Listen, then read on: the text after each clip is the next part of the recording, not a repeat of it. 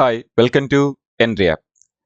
ഈ വർഷം നടക്കാനിരിക്കുന്ന എക്സാംസിൽ ഏറ്റവും നല്ല ഓപ്പർച്യൂണിറ്റിയും അതുപോലെ തന്നെ ഏറ്റവും കൂടുതൽ ആൾക്കാർ എഴുതാൻ പോകുന്ന ഒരു എക്സാം ആണ് നമ്മുടെ വരാനിരിക്കുന്ന റെയിൽവേയുടെ ഒരുപാട് എക്സാംസ് ഉണ്ടെങ്കിലും അതിലെ RRB NTPC എക്സാം എന്ന് പറയുന്നത്. അപ്പോൾ ഏറ്റവും നല്ലൊരു ഓപ്പർച്യൂണിറ്റി എന്ന് പറയാൻ കാരണം രണ്ട് റീസൺ ആണ്. ഒരുപാട് നാൾക്ക് ശേഷമാണ് ഇത് ഈ വർഷം വിളിക്കുന്നത് എന്ന് പറയുമ്പോൾ ഇതിന് അവസാനം ഇത് വിളിച്ചത് 2019 സോ ഓൾമോസ്റ്റ് ഒരു 5 ഇയേഴ്സിന് ശേഷമാണ് നമുക്ക് ഈ ഒരു എക്സാം വീണ്ടും വിളിക്കാൻ പോകുന്നത്. സോ അതുകൊണ്ട് തന്നെ ഒരു നല്ലൊരു ഗ്യാപ്പിന് ശേഷമാണ് വിളിക്കുന്നത്. അതുപോലെ തന്നെ നല്ല നമ്പർ ഓഫ് വേക്കൻസീസ് നമുക്കവിടെ ഉണ്ടാവും. അപ്പോൾ +2 ഉള്ളവർക്കും അതേപോലെ തന്നെ ഗ്രാജുവേഷൻ ഉള്ളവർക്കും തന്നെ എഴുതാൻ പറ്റുന്ന എക്സാംസ് അല്ലെങ്കിൽ പോസ്റ്റുകളാണ് നമുക്ക് ഇതിനകത്ത് വരുന്നത്. അപ്പോൾ വളരെ നല്ലൊരു ഓപ്പർച്യൂണിറ്റിയാണ്. നമ്മുടെ ആ ഒരു വേക്കൻസിയുടെ പോയിന്റ് ഓഫ് വ്യൂവിൽ നോക്കിയാലും ഒരുപാട് വർഷങ്ങൾക്ക് ശേഷം വിളിക്കുകയായിട്ട് തന്നെ നമുക്ക് ഈ വർഷം ഈ ഒരു എക്സാം നടക്കാൻ പോകണം. ഒരുപാട് റെയിൽവേയുടെ എക്സാംസ് ഉണ്ട്. പക്ഷേ ഈ വർഷം നടക്കാൻ ഇരിക്കുന്ന എക്സാമിൽ ഏറ്റവും കൂടുതൽ ആൾക്കാർ എഴുതാൻ പോകുന്ന ഒരു റെയിൽവേയുടെ എക്സാം എന്ന് പറയുന്നത് ഡെഫിനറ്റ്ലി ഇതായിരിക്കും. ബിക്കോസ് ഈ ഒരു എക്സാം എന്ന് പറയുന്നത് നമ്മുടെ ആ ഒരു NTPC എന്ന് പറയുമ്പോൾ അതിൻ്റെ ഒരു ഫുൾ ഫോം എന്ന് പറയുന്നത് നോൺ ടെക്നിക്കൽ പോപ്പുലർ കാറ്റഗറി എന്നാണ്. അപ്പോൾ അതിൽ തന്നെ ഉണ്ട് എത്രത്തോളം അത് പോപ്പുലർ ആണ് എന്നുള്ളത്.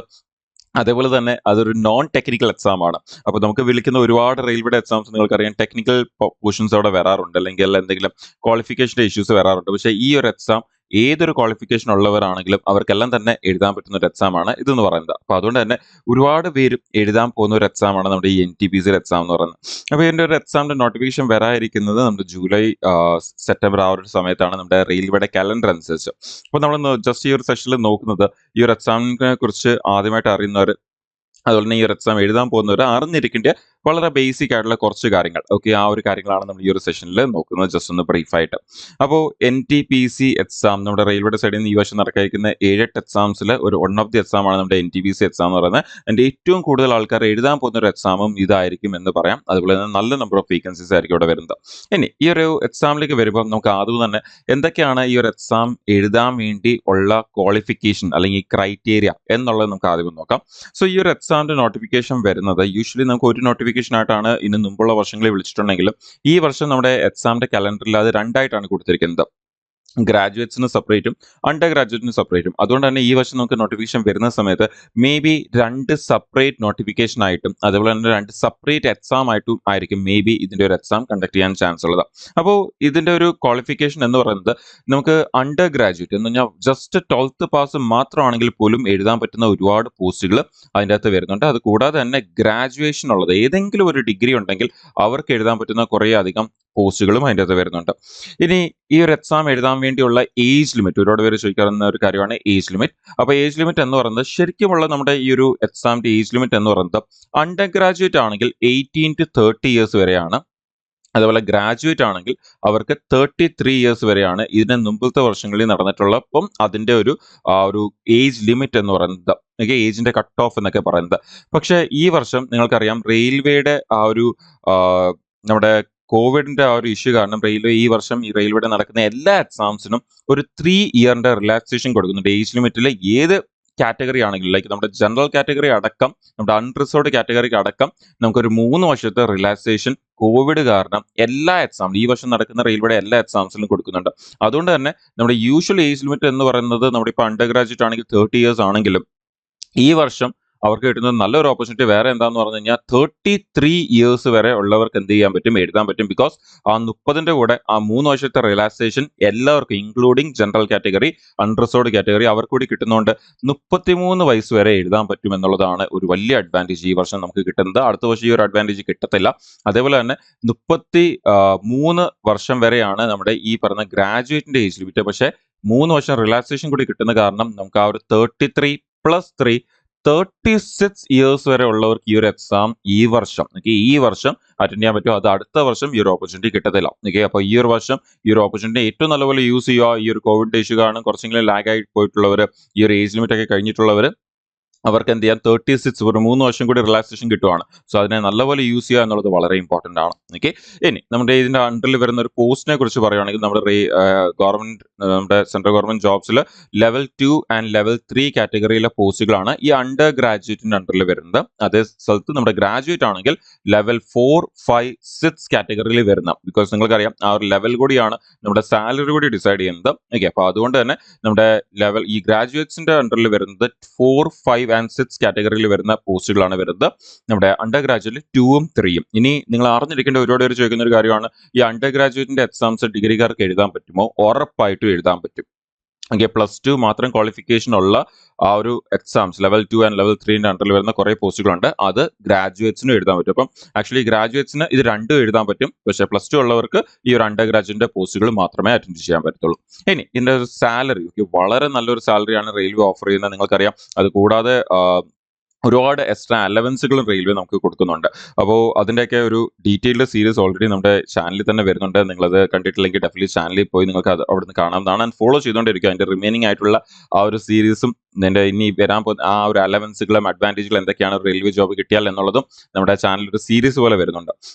അപ്പോൾ സാലറിയിലേക്ക് വരുമ്പോഴത്തേന് നമ്മുടെ ഈ ഒരു 12th പാസ് അല്ലെങ്കിൽ അണ്ടർ ഗ്രാജുവേറ്റിന്റെ പോസ്റ്റുകൾക്ക് വരുന്ന ഏറ്റവും നല്ലൊരു പേ എന്ന് പറയുന്നത്, ലൈക്ക് അവിടെ പല പേകളുണ്ട്, ബട്ട് ഏറ്റവും ബെസ്റ്റ് പേ എന്ന് പറയുന്നത് അറൌണ്ട് 40,000 ആണ് വരുന്ന ബേസിക് പേ. നമ്മുടെ ഓവറോൾ പേ എന്ന് പറയുന്നത് ടോട്ടൽ ഗ്രോസ് പേ എന്ന് പറയുന്നത് അറൌണ്ട് 40,000 ആണ്. അതിന്റെ ബേസിക് പേ നമുക്ക് ഇപ്പം ഡിസ്കസ് ചെയ്യാൻ ഡീറ്റെയിൽ ആയിട്ട്. അതേപോലെ തന്നെ നമ്മുടെ ഈ ഒരു ഗ്രാജുവേറ്റ് പോസ്റ്റുകൾ 4, 5, 6, അപ്പോൾ അതിൽ വരുന്ന ഏറ്റവും നല്ല ആ ഒരു ഗ്രോസ് പേ എന്ന് പറയുന്നത് അറൌണ്ട് 60,000 ആണ്. നേരത്തെ പറഞ്ഞ പോലെ അവിടെയും പല പേ ആണുള്ളത് പല പല പോസ്റ്റുകൾക്ക്. പക്ഷെ അവിടെ വരുന്ന ഏറ്റവും നല്ലൊരു പേ എന്ന് പറയുന്നത് 60,000 പ്ലസ് വരുന്ന പോസ്റ്റ് അടക്കം ഉണ്ട് നമുക്കവിടെ. ഓക്കെ, അപ്പോൾ ഇപ്പോൾ ഈ റെയിൽവേയുടെ എക്സാമിലേക്ക് നമ്മൾ ഒരു റെയിൽവേ സ്റ്റേഷനിൽ ചെല്ലുമ്പോൾ നിങ്ങൾക്കറിയാം, അവിടെ ഒരുപാട് നമ്മൾ റെയിൽവേ സ്റ്റേഷനിലൂടെ എൻ്റർ ചെയ്യുമ്പോൾ തന്നെ നമ്മൾ അവിടെ ഒരുപാട് റെയിൽവേയുടെ സ്റ്റാഫുകളെ കാണാറുണ്ട്. നമുക്ക് ടിക്കറ്റ് ഇഷ്യൂ ചെയ്യുന്നതും നമുക്ക് അതേപോലെ തന്നെ റെയിൽവേ അവിടെ സ്റ്റേഷനിൽ വെച്ച് എന്തെങ്കിലും ഒരു ഇഷ്യൂ ഉണ്ടാവുകയാണെങ്കിൽ നമ്മൾ സ്റ്റേഷൻ മാസ്റ്ററെ കാണാറുണ്ട്. അതേപോലെ തന്നെ നമ്മൾ ട്രെയിനിൻ്റെ അകത്ത് നമ്മൾ TTA കാണാറുണ്ട്. അപ്പോൾ ഇങ്ങനെ ഈ ഒരു പോസ്റ്റുകൾക്കൊക്കെ എത്തിച്ചേരുന്നത് എങ്ങനെയാണ് എന്ന് പലർക്കും ഇപ്പോഴും അറിയത്തില്ല. എസ്പെഷ്യലി നമ്മുടെ എന്താ പറയുക, ഈ ഒരു എക്സാം ഫോക്കസ് ചെയ്യുന്നവർക്ക് വളരെ കുറവാണ്. അപ്പോൾ ഈ ഒരു പോസ്റ്റുകൾക്കൊക്കെ എത്തിച്ചേരാനുള്ള ഒരു വഴിയാണ് നമ്മുടെ ഈ NTPC എക്സാം എന്ന് പറയുന്നത്. ഇൻക്ലൂഡിങ് നമ്മുടെ ആ ഒരു റെയിൽവേ സ്റ്റേഷൻ എന്ന് പറയുമ്പോൾ നിങ്ങൾക്കറിയാം, അവിടുത്തെ ഏറ്റവും ടോപ്പ് ഒഫീഷ്യലാണ് നമ്മുടെ ഈ സ്റ്റേഷൻ മാസ്റ്റർ എന്ന് പറഞ്ഞാൽ സ്റ്റേഷന്റെ മൊത്തത്തിലുള്ള മാസ്റ്റർ. ഓക്കെ, അപ്പം ആ ഒരു പോസ്റ്റിലടക്കം നമ്മൾ എത്തിച്ചേരാനുള്ള വഴി ഏതാണെന്ന് ചോദിച്ചു കഴിഞ്ഞാൽ ഡെഫിനറ്റ്ലി വേറെ ഒരു ഡൗട്ടും ഇല്ല, നമ്മുടെ NTPC എക്സാംസ് ആണ് അതെന്ന് പറയുന്നത്. ഓക്കെ, സോ അത് അറിഞ്ഞിരിക്കാം. ഇനി നമുക്ക് ഇവിടെ വരുന്ന പോസ്റ്റുകളെ കുറിച്ചൊന്ന് മനസ്സിലാക്കാം. നമ്മുടെ നേരത്തെ പറഞ്ഞ അണ്ടർ ഗ്രാജുവേറ്റ് എക്സാം, ആ ഒരു അണ്ടർ ഗ്രാജുവേറ്റിന്റെ ആ ഒരു എക്സാം കാറ്റഗറിന്റെ അകത്ത് വരുന്ന 5 പോസ്റ്റുകളാണ്. നിങ്ങൾക്ക് ആ പോസ്റ്റുകളെല്ലാം കാണാൻ പറ്റും. Junior clerk cum typist, accounts clerk cum typist, junior time keeper, trains clerk, commercial cum ticket clerk. ഈ കൊമേഴ്ഷ്യൽ കം ടിക്കറ്റ് ക്ലർക്കിലെ ആ ഒരു പോസ്റ്റ് കിട്ടുന്നവരാണ് വേറെ നമ്മുടെ TC അതുപോലെ TTE അങ്ങനെയുള്ള പല പോസ്റ്റുകളിലേക്ക് പോകുന്നത്. ഓക്കെ, പിന്നെ നമുക്കവിടെ ലെവൽ നിങ്ങൾക്ക് അവിടെ കാണാൻ പറ്റും. നേരത്തെ പറഞ്ഞ ലെവൽ 2 ആൻഡ് ലെവൽ 3 എന്ന് പറഞ്ഞിട്ടുണ്ടായിരുന്നു. അപ്പോൾ അതിൽ ആദ്യത്തെ 4 ലെവൽ 2 പോസ്റ്റുകളിൽ വരുന്നതാണ്. ആൻഡ് ലെവൽ 3യിൽ വരുന്നത് നമ്മുടെ നേരത്തെ പറഞ്ഞ കൊമേഴ്ഷ്യൽ കം ടിക്കറ്റ് ക്ലർക്ക് എന്ന് പറയുന്ന പോസ്റ്റാണ് ലെവൽ 3 കാറ്റഗറിയിൽ വരുന്നത്. ഇനി ഇവിടെ ഒരു ഇനീഷ്യൽ പേ, ഓക്കെ, ഇത് നിങ്ങൾ കാണുന്നത് ബേസിക് പേ ആണ്. നിങ്ങൾ ഈ കാണുന്നത് ഓക്കെ, ബേസിക് ആയിട്ടുള്ള പേ ആണ് കാണുന്നത്. നമ്മൾ നേരത്തെ പറഞ്ഞ പേ അതിന്റെ കൂടെ അലവൻസുകളോട് ചേരുമ്പോഴത്തേന്ന് വരുന്ന ആ ഒരു അപ്രോക്സിമേറ്റ് പേ ആണ് നമ്മൾ അവിടെ നേരത്തെ പറഞ്ഞ പേ. അറൌണ്ട് 40,000 എന്ന് പറഞ്ഞ ആ ഒരു പേ ഇതിന്റെ കൂടെ അലവൻസുകളോട് ചേരുന്നിട്ടാണ് വരുന്നത്. അപ്പോൾ നമ്മുടെ ഈ 21,700 നമ്മുടെ ഒരു എന്താ പറയുക, നമ്മുടെ ഡിയറൻസ് അലവൻസ് എന്ന് പറയുന്നത് മാത്രം 50% എന്ന് പറഞ്ഞാൽ ഈ 21,700 അല്ലെങ്കിൽ 22,000 പകുതി 11,000 എന്ത് മാത്രം വരും, നമ്മുടെ DA മാത്രം വരും എന്ന് പറഞ്ഞാൽ ഓൾമോസ്റ്റ് അത് വരുമ്പോൾ തന്നെ 33,000 റേഞ്ചിലേക്ക് പോകുന്നത്. അതിന്റെ കൂടെ പിന്നെ ബാക്കിയുള്ള ഒരുപാട് അലവൻസുകളുണ്ട്. അതെല്ലാം കൂടി ചേരുമ്പോഴത്തേന് ഒരു ഗ്രോസ് പേ എന്ന് പറയുന്നത് അറൌണ്ട് ഒരു 40,000 അടുപ്പിച്ചായിരിക്കും വരുന്നത്. പിന്നെ ഇതിനൊക്കെ തന്നെ നമ്മുടെ റെയിൽവേയുടെ എക്സാംസിനൊക്കെ തന്നെ മെഡിക്കൽ സ്റ്റാൻഡേർഡ്സ് ഉണ്ട്. അപ്പോൾ ആ ഒരു മെഡിക്കൽ സ്റ്റാൻഡേർഡ്സും എന്താണെന്നുള്ളത് ടുവേർഡ്സ് ദി എൻഡ് നമുക്ക് നോക്കാം. ഇനി മെഡിക്കൽ സ്റ്റാൻഡേർഡ്സ് ഓരോ പോസ്റ്റിന് വരുന്ന മെഡിക്കൽ സ്റ്റാൻഡേർഡ്സ് നിങ്ങൾക്ക് ഇവിടെ നോക്കി വെക്കാം. ആൻഡ് നിങ്ങൾ ഏത് പോസ്റ്റാണോ നിങ്ങൾ പ്രിഫർ ചെയ്യുന്നത് ആ പോസ്റ്റിന് വേണ്ടിയുള്ള മെഡിക്കൽ സ്റ്റാൻഡേർഡ് ഏതാണെന്നുള്ളത് നമുക്ക് towards the end of the session ടേബിളിൽ നമുക്കത് നോക്കാം. ഓക്കെ, അപ്പോൾ ഇതാണ് നമ്മുടെ ആ ഒരു അണ്ടർ ഗ്രാജുവേറ്റിന് വരുന്ന പോസ്റ്റുകൾ. അതേപോലെ ഗ്രാജുവേറ്റ്സിലേക്ക് വരുമ്പോഴത്തേക്കും നമുക്കവിടെ 8 പോസ്റ്റുകൾ വരുന്നുണ്ട്. ഓക്കെ, ട്രാഫിക് അസിസ്റ്റന്റ് ഉണ്ട്, ഗുഡ്സ് ഗാർഡ് ഉണ്ട്, senior commercial cum ticket clerk ഉണ്ട്. അപ്പോൾ നമ്മൾ നേരത്തെ കണ്ട പല ആ ഒരു ജൂനിയർ പോസ്റ്റുകളുടെ സീനിയർ പോസ്റ്റ് ആണ് ഇവിടെ വരുന്നതെന്ന് വേണമെങ്കിൽ പറയാം. അതുപോലെ സീനിയർ ക്ലർക്ക് കം ടൈപ്പിസ്റ്റ് ഉണ്ട്, junior account assistant cum typist ഉണ്ട്, പിന്നെ സീനിയർ ടൈം കീപ്പർ ഉണ്ട്, കൊമേഴ്ഷ്യൽ അപ്രന്റീസ് ഉണ്ട്, അതുപോലെ സ്റ്റേഷൻ മാസ്റ്റർ ഉണ്ട്. 8 പോസ്റ്റുകൾ. അതിലും ഏറ്റവും നല്ല പോസ്റ്റാണ് നിങ്ങളുടെ നമ്മളിപ്പം പറഞ്ഞ സ്റ്റേഷൻ മാസ്റ്റർ എന്ന് പറയുന്ന ആ ഒരു പോസ്റ്റ് വരുന്നത്. അതുപോലെ നമ്മുടെ ആ ഒരു 3rd number post senior commercial cum ticket clerk. അപ്പോൾ ആ ഒരു പോസ്റ്റിൽ നിന്നാണ് ഈ TTE അതുപോലെ TC ആ പോസ്റ്റുകളിലേക്കൊക്കെ കാൻഡിഡേറ്റ്സ് പോകുന്നത്. അല്ലാതെ അതിനു വേണ്ടി സെപ്പറേറ്റ് വിളിക്കുമെന്ന് ഒരുപാട് പേര് പറയാറുണ്ട്. അതിന് വേണ്ടി സെപ്പറേറ്റ് വിളിക്കത്തില്ല. ഈ ഒരു പോസ്റ്റിൽ കിട്ടുന്നവരെയാണ് ആ പല പോസ്റ്റുകളിലേക്ക് മാറ്റുന്നത്. ഓക്കെ, നമ്മുടെ ഈ ഒരു senior commercial cum ticket clerk, ഈ കൊമേഴ്ഷ്യൽ കം ടിക്കറ്റ് ക്ലർക്കിന്റെ പോസ്റ്റ് കിട്ടുന്നവരെയാണ് നമ്മൾ നേരത്തെ പറഞ്ഞ TTE, TC അങ്ങനെയുള്ള പോസ്റ്റുകളിലേക്ക് മാറ്റുന്നത്. അല്ലാതെ അതിന് സെപ്പറേറ്റ് വിളിക്കത്തില്ല ഈ വർഷം. അത് അറിഞ്ഞിരിക്കും. അത് NTPC വഴി തന്നെയാണ് വിളിക്കുന്നത്.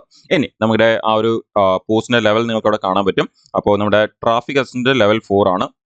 ബാക്കിയുള്ള ഓൾമോസ്റ്റ് 5 പോസ്റ്റ് ലെവൽ 5ഉം ഏറ്റവും അവസാനത്തെ 2 എണ്ണം ഓക്കെ, അല്ലെ ഇൻക്ലൂഡിംഗ് സ്റ്റേഷൻ മാസ്റ്റർ ഓക്കെ, അത് ലെവൽ 6 പോസ്റ്റ് ആണ്. നിങ്ങൾ ഡയറക്റ്റ്ലി ലെവൽ 6 പോസ്റ്റിലേക്ക് ആയിരിക്കും ജോയിൻ ചെയ്യുന്നത്. അതിന്റെ ഒരു ബേസിക് പേ നിങ്ങൾക്ക് അവിടെ കാണാൻ പറ്റും. അതും ഞാൻ നേരത്തെ പറഞ്ഞ പോലെ തന്നെ നമ്മുടെ ബേസിക് പേ ആണ് നിങ്ങൾ കാണുന്നത്. അതിന്റെ കൂടെ നമ്മുടെ അലവൻസ് കൂടിയൊക്കെ ചേരുമ്പോഴത്തേക്കും നമ്മുടെ സാലറി ഏകദേശം ഒരു എന്താ പറയാ 55,000 തൊട്ട് ഓൾമോസ്റ്റ് ഒരു 60,000 റേഞ്ചിലേക്കാണ് നമ്മുടെ ആ ഒരു സാലറി വരുന്നത്. ബിക്കോസ് നിങ്ങൾക്ക് അവിടെ അവസാനത്തെ സ്റ്റേഷൻ മാസ്റ്റർ മാത്രം ചുമ്മാ നോക്കി കഴിഞ്ഞാൽ കാണാം ഓൾമോസ്റ്റ് 36,000 ആണ് അതിന്റെ ബേസിക് പേ. ഈ 36ന്റെ പകുതി എന്ന് പറഞ്ഞാൽ ഓൾമോസ്റ്റ് 18,000 വരും. അപ്പോൾ ഈ 36ന്റെ കൂടെ ആ ഒരു 18,000 കൂടി നമ്മൾ പ്ലസ് ചെയ്യുമ്പോൾ തന്നെ അത് എത്ര ആവുന്നുണ്ട്? 36, 46, 54 ഓക്കെ, 54,000 വെറും DA മാത്രം ആഡ് ചെയ്യുമ്പോൾ വരുന്നുണ്ട്. അത് കൂടാതെ വേറെ അലവൻസുകളും ഉണ്ട്. ഈ അലവൻസ് എല്ലാം കൂടി ചേരുമ്പോൾ 60,000 പ്ലസ് പോകും അവിടെ. ആൻഡ് അവിടെയും മെഡിക്കൽ സ്റ്റാൻഡേർഡ്സ് എന്തൊക്കെയാണ് വരുന്നത് എന്നുള്ളത് നിങ്ങൾക്ക് അവിടെ സൈഡിൽ കാണാൻ പറ്റും. അപ്പോൾ നിങ്ങൾ പ്രിഫർ ചെയ്യുന്ന പോസ്റ്റ് ഏതാണോ അതിന്റെ മെഡിക്കൽ സ്റ്റാൻഡേർഡ്സിന്റെ ആ ഒരു നമ്പർ നോട്ട് ചെയ്ത് വെക്കുക. നമുക്ക് ടുവേർഡ്സ് എൻ്റെ ആ ഒരു ടേബിളിൽ നമുക്ക് അത് ചെക്ക് ചെയ്യാം. അപ്പോൾ ഇതൊക്കെയാണ് നമുക്ക് വരുന്ന പോസ്റ്റുകൾ. അപ്പോൾ നിങ്ങൾ കാണാൻ പറ്റും ഏകദേശം നമുക്കൊരു 13 പോസ്റ്റുകൾ ഓൾറെഡി ഇതിന് മുമ്പത്തെ വർഷങ്ങളിൽ വിളിച്ചപ്പോൾ ഉണ്ടായിരുന്നു. ഈ വർഷം വിളിക്കുന്ന സമയത്ത് നിങ്ങൾക്കറിയാം റെയിൽവേയിൽ ഒരുപാട് ഡെവലപ്മെന്റ്, ഒരുപാട് ചേഞ്ചസും വന്നുകൊണ്ടിരിക്കുക. സോ അതുകൊണ്ട് തന്നെ ഒരുപാട് ഡിവിഷന്റെ അണ്ടറിൽ പുതിയ പോസ്റ്റുകൾ ക്രിയേറ്റ് ആവുന്നുണ്ട്. ഒരുപാട് പണ്ട് തൊട്ടുള്ള ചില പോസ്റ്റുകൾ അവിടെ ഡ്രോപ്പ് ചെയ്യുന്നുണ്ട്. നമ്മൾ ഓൾറെഡി നമ്മുടെ ചാനൽ വഴി അതിന്റെ ഡീറ്റെയിൽസ് ഒക്കെ തന്നെ ഷെയർ ചെയ്യുന്നുണ്ട്. റെയിൽവേയിൽ വരുന്ന എല്ലാ ഇമ്പോർട്ടന്റ് അപ്ഡേറ്റ്സും നമ്മൾ അപ്ഡേറ്റ്സ് ആയിട്ട് തന്നെ എല്ലാ മന്ത്ലി വരുന്ന അപ്ഡേറ്റ്സ് നമ്മൾ ഷെയർ ചെയ്യുന്നുണ്ട്. സോ അതൊക്കെ കണ്ടിട്ടില്ലാത്തവർക്ക് ചാനലിൽ പോയി അത് കാണാവുന്നതാണ് അവിടുന്ന്. അപ്പോൾ ഈ ഒരു വരുന്ന NTPC എക്സാമിൽ മേ ബി നമുക്ക് അവിടെ പുതിയ പോസ്റ്റ് അടക്കം കാണാൻ സാധ്യതയുണ്ട്. ഫോർ എക്സാമ്പിൾ നമ്മളിപ്പോൾ അവിടെ കാണുന്ന ഒരു ഗുഡ്സ് ഗാർഡ് എന്ന് പറയുന്ന ഒരു പോസ്റ്റ് ഉണ്ട്, 2ാമത്തെ പോസ്റ്റ്. മേ ബി അടുത്ത വർഷം വിളിക്കുമ്പോൾ അല്ലെങ്കിൽ ഈ വർഷം വിളിക്കുമ്പോൾ അവിടെ ഗുഡ്സ് ഗാർഡിന് പകരം നമ്മുടെ ട്രെയിൻസ് മാനേജർ എന്ന് പറയുന്ന കുറെ കൂടി നല്ലൊരു പോസ്റ്റ് ആയിരിക്കും ചിലപ്പോൾ നമുക്ക് വിളിക്കാൻ സാധ്യതയുള്ളത്. സോ ആ ഒരു ട്രെയിൻസ് മാനേജർ എന്ന പോസ്റ്റിൽ നിന്നായിരിക്കും ചിലപ്പം പിന്നെ ഗുഡ്സ് ഗാർഡിലേക്ക് ആളെ കൊണ്ടുപോകുന്നത് അല്ലെങ്കിൽ ആളെ വിടുന്നത്. ഓക്കെ, അപ്പൊ അങ്ങനെയൊക്കെയുള്ള കുറെ ചേഞ്ചസ് നമുക്ക് ഈ വർഷം കാണാൻ പറ്റും.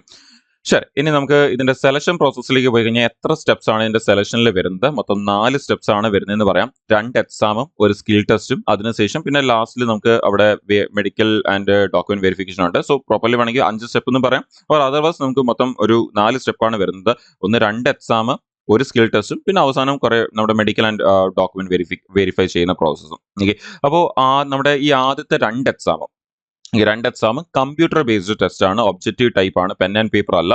ഓക്കെ, കമ്പ്യൂട്ടർ ബേസ്ഡ് ടെസ്റ്റ് ആണ്. ആദ്യത്തെ എക്സാം ക്ലിയർ ചെയ്യുന്നവരായിരിക്കും 2ാമത്തെ എക്സാമിലേക്ക് സെലക്ട് ആയിട്ട് ആ 2ാമത്തെ എക്സാം അറ്റൻഡ് ചെയ്യുന്നത്. വൺസ് ആ ഒരു എക്സാം കഴിഞ്ഞ ശേഷം അതിൽ നിന്ന് സെലക്ട് ആവുന്നവരായിരിക്കും സ്കിൽ ടെസ്റ്റിന് വേണ്ടി പോകുന്നത്. ആൻഡ് സ്കിൽ ടെസ്റ്റും ക്ലിയർ ചെയ്യുന്നവരായിരിക്കും പിന്നെ ഡോക്യുമെന്റ് വെരിഫിക്കേഷനും ആൻഡ് ഫൈനൽ പ്രോസസ്സായ ഡോക്യുമെന്റ് വെരിഫിക്കേഷനും മെഡിക്കൽ സ്റ്റാൻഡേർഡ്സിലേക്കും പോകുന്നത്. ഓക്കെ, ഇങ്ങനെയാണ് നമ്മുടെ ഈ ഒരു എക്സാമിന്റെ സെലക്ഷൻ പ്രോസസ്സ് പോകുന്നത്. ഇനി ഇതിന്റെ കുറച്ചുകൂടി ഡീറ്റെയിലേക്ക് പോവുകയാണെങ്കിൽ നമ്മുടെ അതിലെ ആദ്യത്തെ എക്സാം CBT 1 എന്ന് പറഞ്ഞ ആ ഒരു എക്സാം, അതിന്റെ ഒരു എക്സാം പാറ്റേൺ ആണ് നിങ്ങൾ ഈ കാണുന്നത്. അപ്പൊ നമുക്ക് അവിടെ 3 സബ്ജക്റ്റ് ആണ് പഠിക്കാൻ വേണ്ടി വരുന്നത്. ഒന്ന് മാത്സ്, പിന്നെ ഒന്ന് റീസണിങ്, പിന്നെ ഒന്ന് നമ്മുടെ general awareness.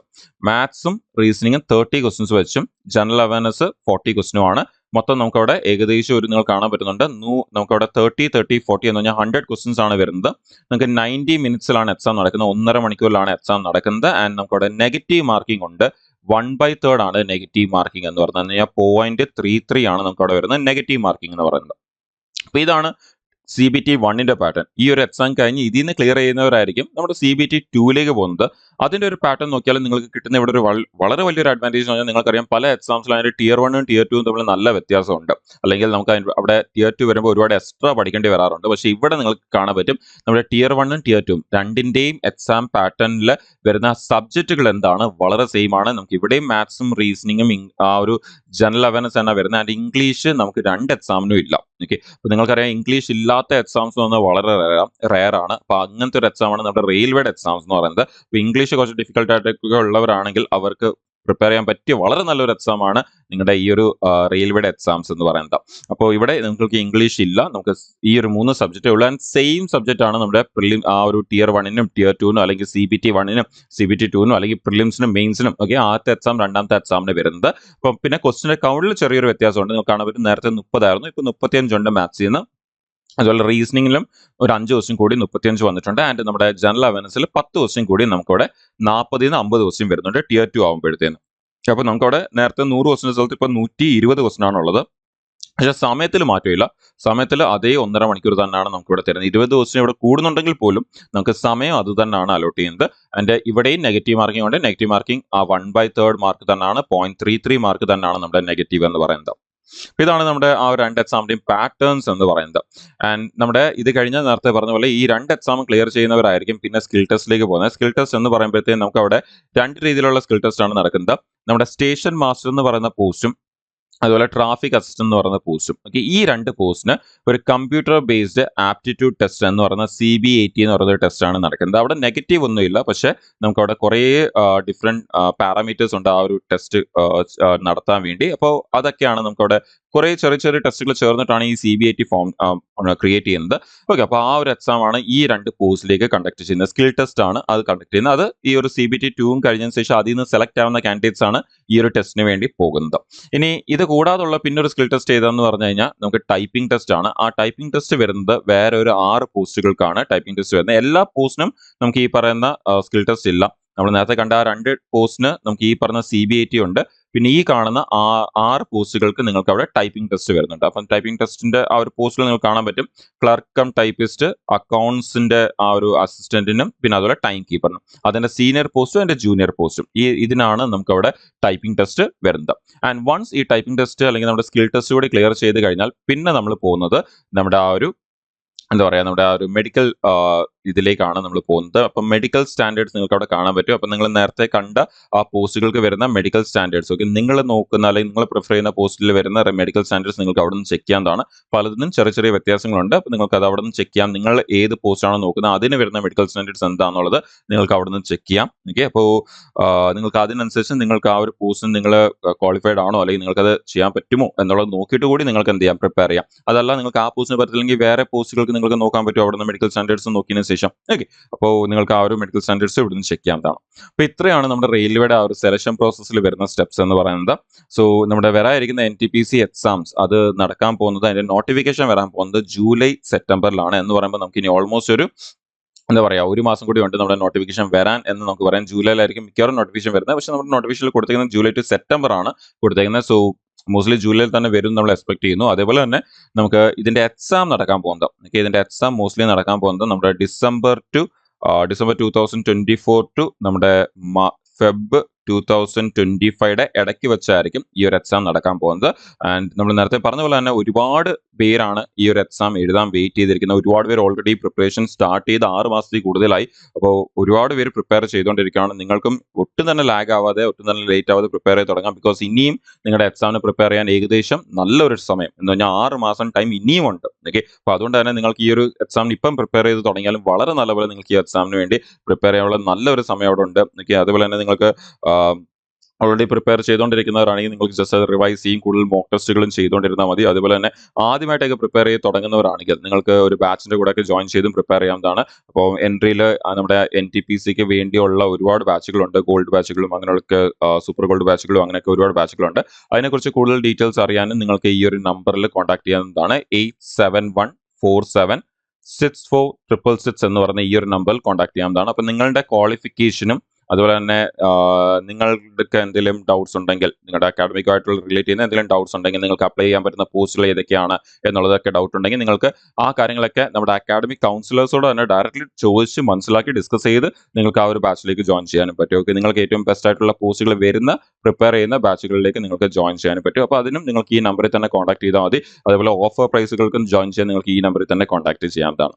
So I hope നിങ്ങൾക്ക് ഈ ഒരു സെഷൻ വഴി നമ്മുടെ NTPC വരായിരിക്കുന്ന NTPC എക്സാമിനെ കുറിച്ചുള്ള ഒരു ഐഡിയ കിട്ടിയെന്ന് വിശ്വസിക്കുന്നു. സോ വളരെ ഈസി ആയിട്ട് നടക്കുന്ന ഒരു എക്സാമാണ് ഈ NTPC എക്സാം എന്ന് പറയുന്നത്. പക്ഷെ അവിടെ ഒരുപാട് കാൻഡിഡേറ്റ്സ് ഉണ്ടായതുകൊണ്ട് തന്നെ നമുക്ക് അവിടെ ആ ഒരു കാൻഡിഡേറ്റ്സ് കാരണമാണ് കോമ്പറ്റീഷൻ വരുന്നത്. സോ നമ്മൾ നല്ലപോലെ പ്രിപ്പയർ ചെയ്ത് കഴിഞ്ഞാൽ ഉറപ്പായിട്ട് നമുക്ക് നല്ല രീതിയിൽ ആ ഒരു എക്സാം ക്ലിയർ ചെയ്യാനും നമുക്ക് ഈ ഒരു പോസ്റ്റിലേക്ക്, നിങ്ങൾ നേരത്തെ കണ്ട ആ പോസ്റ്റിലേക്ക് എത്തിച്ചേരാൻ ഉറപ്പായിട്ടും പറ്റും. അപ്പോൾ അതിന് പറ്റട്ടെ എന്ന് വിഷ് ചെയ്യുന്നു ഈ വർഷം തന്നെ നിങ്ങൾക്ക്. അപ്പോൾ നമുക്ക് വരുന്ന ഇനി ഇതേപോലത്തെ സെഷൻസിൽ നമുക്ക് ഇതിൻ്റെയൊക്കെ NTPC നോട്ടിഫിക്കേഷൻ വരുമ്പോഴും അതിന് മുമ്പുമായിട്ട് വേറെ ഇമ്പോർട്ടൻറ്റ് അപ്ഡേറ്റ്സ് ഒക്കെ വരുന്നതൊക്കെ തന്നെ നമുക്ക് ഈ ഒരു ചാനൽ വഴി നിങ്ങൾ വരെ എത്തിക്കുന്നതായിരിക്കും. അപ്പോൾ ചാനൽ ഫോളോ ചെയ്തുകൊണ്ടിരിക്കും, അത് ഇമ്പോർട്ടൻ്റ് ആണ്. അതുപോലെ ഒരുപാട് സെഷൻസ് ഇതിനെക്കുറിച്ചൊക്കെ ഡീറ്റെയിൽഡ് ആയിട്ടുള്ള അപ്ഡേറ്റ്സ് ഒക്കെ തന്നെ നമ്മുടെ ചാനലുണ്ട്. സോ നിങ്ങൾക്ക് അത് അവിടെ ചെന്ന് കാണാവുന്നതാണ്. സോ നമുക്ക് വരുന്ന സെഷൻസ് നമുക്ക് ഇതിൻ്റെയൊക്കെ കൂടുതൽ ഇമ്പോർട്ടൻറ്റ് അപ്ഡേറ്റ്സ് ഒക്കെ ആയിട്ട് നമുക്ക് വീണ്ടും ഇവിടെ തന്നെ മീറ്റ് ചെയ്യാം. Thank you all.